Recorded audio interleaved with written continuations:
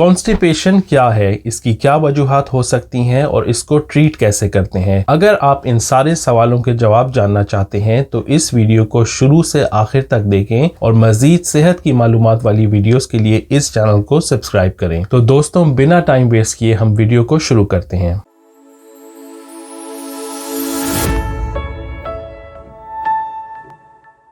میں ہوں ڈاکٹر عمر اور آپ دیکھ رہے ہیں صحت اسٹوڈیو یوٹیوب چینل۔ آج ہم بات کریں گے کانسٹیپیشن کی، جس کو اردو میں قبض بھی کہتے ہیں۔ یہ ایک بہت عام سی شکایت ہے اور کسی بھی عمر کے افراد میں ہو سکتی ہے۔ تو کانسٹیپیشن کیا ہوتی ہے؟ کانسٹیپیشن میں پخانہ کرنے کی حاجت کم ہو جاتی ہے۔ اس کی وجہ یہ ہے کہ ہماری آنتوں میں جو فاضل مواد ہاضمے کے عمل کے نتیجے میں بنتا ہے وہ خشک اور سخت ہو جاتا ہے، باڈی سے خارج کرنا مشکل ہو جاتا ہے۔ اگر کسی کو کانسٹیپیشن ہو تو ایک ہفتے کے دوران 3 بار سے کم پخانہ آتا ہے، اور پخانہ خشک اور سخت ہونے کی وجہ سے پخانہ کرتے وقت بہت زیادہ زور لگانا پڑتا ہے۔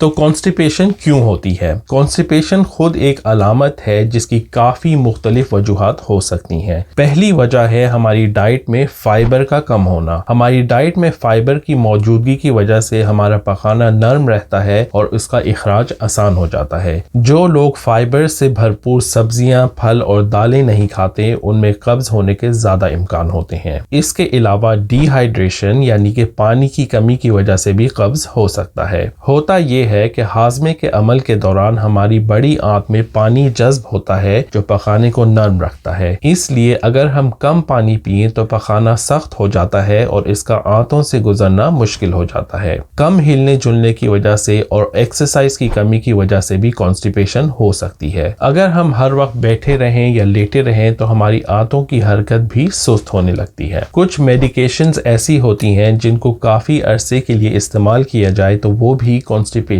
کا سبب بن سکتی ہیں، جیسے کہ اوپیوئڈز جو کہ شدید درد میں استعمال کی جاتی ہیں۔ اس لیے اگر آپ کو شک ہو کہ کوئی دوا آپ کو قبض کر رہی ہے تو فوراً ڈاکٹر کو بتائیں تاکہ وہ آپ کی دوائی تبدیل کر دیں۔ ڈپریشن یا ذہنی دباؤ کی وجہ سے بھی قبض ہو سکتا ہے۔ جو لوگ ڈپریشن میں ہوتے ہیں وہ سارا دن بستر میں رہتے ہیں، ان کی خوراک متاثر ہوتی ہے اور وہ پانی بھی کم پیتے ہیں، اور اس طرح کی تبدیلیاں قبض کا باعث بن سکتی ہیں۔ اگر آپ جاننا چاہتے ہیں کہ ڈپریشن کے سمپٹمز کیا ہیں اور اس کو ٹریٹ کیسے کیا جاتا ہے تو آپ میری اس موضوع پہ دوسری ویڈیو دیکھ سکتے ہیں جس کا لنک ڈسکرپشن میں اویلیبل ہے۔ پریگننسی میں بھی کانسٹیپیشن ایک بہت عام شکایت ہے۔ پریگننسی کے دوران جو ہارمونل تبدیلیاں ہوتی ہیں ان سے آنتوں کی حرکت سست ہو جاتی ہے اور کانسٹیپیشن ہو سکتی ہے۔ کانسٹیپیشن ہونا کسی دوسری بیماری کی علامت بھی ہو سکتا ہے، جیسے کہ تھائرائیڈ ہارمون کی کمی اور بلڈ میں کیلشیم کا بڑھ جانا۔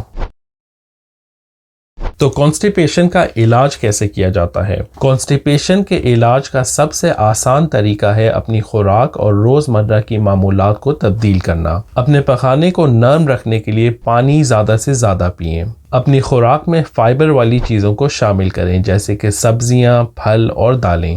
الکوہول سے پرہیز کریں۔ ریگولر ایکسرسائز کریں۔ ڈیلی واک کرنے سے کانسٹیپیشن میں بہتری آ سکتی ہے۔ باقاعدگی سے ٹوائلٹ جانا بھی ضروری ہے۔ اکثر لوگ روزمرہ کے کاموں میں مصروف رہنے کی وجہ سے ٹوائلٹ جانے کی خواہش کو نظر انداز کرتے ہیں اور یہ بھی قبض ہونے کا سبب بن جاتا ہے۔ ٹوائلٹ کرتے وقت اپنے پیروں کے نیچے کوئی سٹول رکھ لیں تاکہ آپ کے گھٹنے اونچے ہو کر پیٹ کے قریب آ جائیں اور پخانہ کرنا آسان ہو جائے۔ اگر خوراک اور طرز زندگی میں تبدیلیاں کام نہیں کر رہی ہوں تو آپ ڈاکٹر یا فارماسسٹ کی تجویز کردہ لیکسیٹیو میڈیکیشنز استعمال کر سکتے ہیں۔ لیکسیٹیوز ایسی میڈیکیشنز ہوتی ہیں جو ہمارے پخانے کو نرم کرتی ہیں اور آنتوں کی حرکت کو تیز کرتی ہیں۔ اگر قبض علاج سے بھی بہتر نہ ہو یا مسلسل کانسٹیپیشن رہنے لگے، یا اگر وزن بھی کم ہونے لگے، تھکن رہنے لگے یا پخانے میں خون آنے لگے تو ڈاکٹر سے رابطہ کرنا لازمی ہے، کیونکہ ان حالات میں مزید انویسٹیگیشنز اور ٹریٹمنٹ کرنا ضروری ہوتا ہے، کیونکہ یہ کانسٹیپیشن کسی خطرناک بیماری کی وجہ سے بھی ہو سکتی ہے، جیسے کہ کولون کینسر۔ تو آج کی ویڈیو یہاں پہ ختم ہوتی ہے۔ اگر آپ کے ذہن میں کوئی بھی کانسٹیپیشن سے متعلق سوال ہے تو آپ کامنٹ سیکشن میں مجھ سے پوچھ سکتے ہیں۔ اگلی ویڈیو میں آپ سے کارپل ٹنل سنڈروم کے بارے میں بات کروں گا۔ صحت اسٹوڈیو چینل کو ضرور سبسکرائب کریں تاکہ آپ کو میری ہر آنے والی ویڈیو کا پتہ چلتا رہے۔